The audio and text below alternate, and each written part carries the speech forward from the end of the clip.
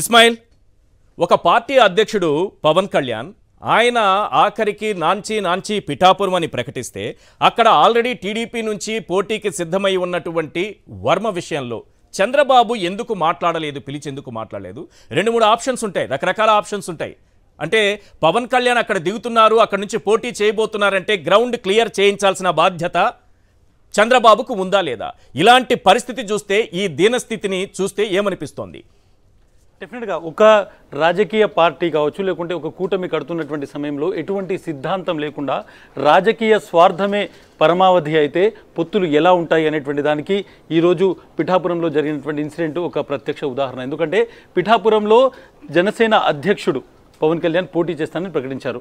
జనసేన అధ్యక్షుడు అక్కడ పోటీ చేస్తారని చంద్రబాబు నాయుడుకు కొద్ది రోజుల క్రితం తెలుసు, పవన్ కళ్యాణ్ కూడా తెలుసు. వాళ్ళు ఎందుకు చంద్రబాబు నాయుడు అక్కడ ఉన్నటువంటి వర్మను పిలిచి మాట్లాడలేదు, ఎందుకు కనీసం ఒక సేఫ్ ఎంట్రీ ఎందుకు ఇవ్వలేదు అనేటువంటిది ఇక్కడ డిస్కషన్. ఎందుకు ఇవ్వలేదంటే చంద్రబాబు నాయుడుకి ఒక కైండ్ ఆఫ్ పాలిటిక్స్ కనుక అలవాటు పడ్డారు. సో ఇప్పుడు అక్కడ నుంచి ఏం చేయబోతున్నారు, అక్కడ ఒక క్యాండిడేట్ని ఇండిపెండెంట్గా పోటీ చేస్తారా, లేకుంటే జనసేన అధ్యక్షుడిని ఓడించడానికి టీడీపీ ఏ విధంగా స్కెచ్ చేసింది అనేటువంటి దానికి ఇది చాలా స్పష్టంగా కనిపిస్తుంది. పవన్ కళ్యాణ్కి ఈ పరిస్థితి ఉంటే అటు తిరుపతిలో జంగాల్పల్లి శ్రీనివాస్ అలియాస్ అరణి శ్రీనివాస్ కూడా అక్కడ జనసేన టికెట్ ఇచ్చింది. At the same time ticket సంబంధించి అక్కడ కూడా ఇటువంటివే టికెట్ ఇస్తారనేటువంటి చర్చల నేపథ్యంలో అక్కడ కూడా ఇటువంటిదే. సో ఎక్కడెక్కడ జనసేన పోటీ చేస్తారో అక్కడ తెలుగుదేశం నుంచి ఒక స్ట్రాంగ్ రెబేలియన్ వస్తుంది, అవసరమైతే చాలా చోట్ల ఇండిపెండెంట్గా వేస్తారు.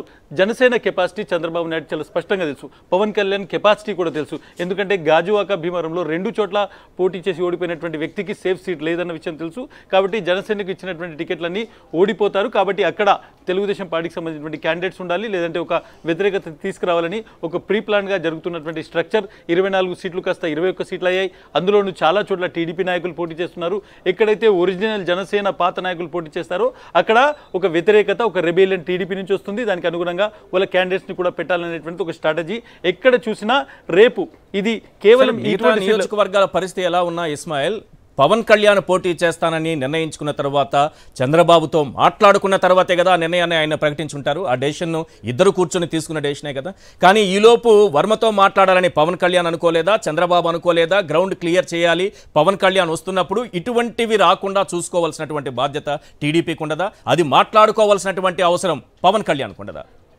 డెఫినెట్గా ఒక లాస్ట్ మినిట్ పొత్తులు పెట్టుకోవడం, ముఖ్యంగా బీజేపీని లాస్ట్ మినిట్లో పొత్తులకు తీసుకెళ్ళేటువంటి ఒక ప్రయత్నాల్లో ఉన్నారు. కానీ నిజంగానే గ్రౌండ్లో పవన్ కళ్యాణ్కి ఒక సేఫ్ సీట్ ఇవ్వాలి, లేకుంటే దానిలో సేఫ్ ఎంట్రీ ఇవ్వాలి అనే ఆలోచన చంద్రబాబుకు లేదు. ఆ ఆలోచనే ఆయనకు లేదు. ఎందుకంటే ఆయన ఉంటే డెఫినెట్గా పార్టీ పిలిచి వర్మని మాట్లాడేది.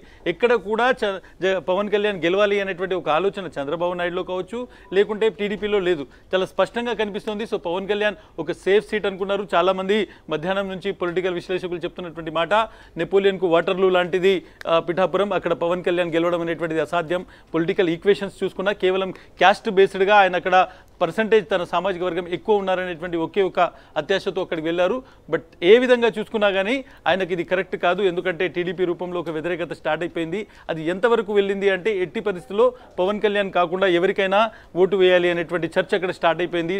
నాన్ లోకల్ అనేటువంటి చర్చ స్టార్ట్ అయిపోయింది.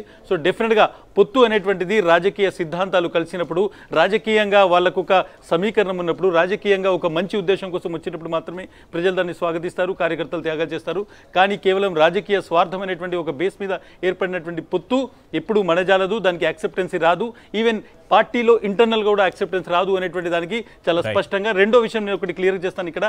ఇది చంద్రబాబు కైండ్ ఆఫ్ రాజకీయం, చంద్రబాబు మార్కు రాజకీయం. ఈ రాజకీయాన్ని ఇంకా పూర్తిగా పవన్ కళ్యాణ్ ఈ ఎలక్షన్ అయ్యేలోపు అర్థం చేసుకుంటారని మనం ఆశిద్దాం.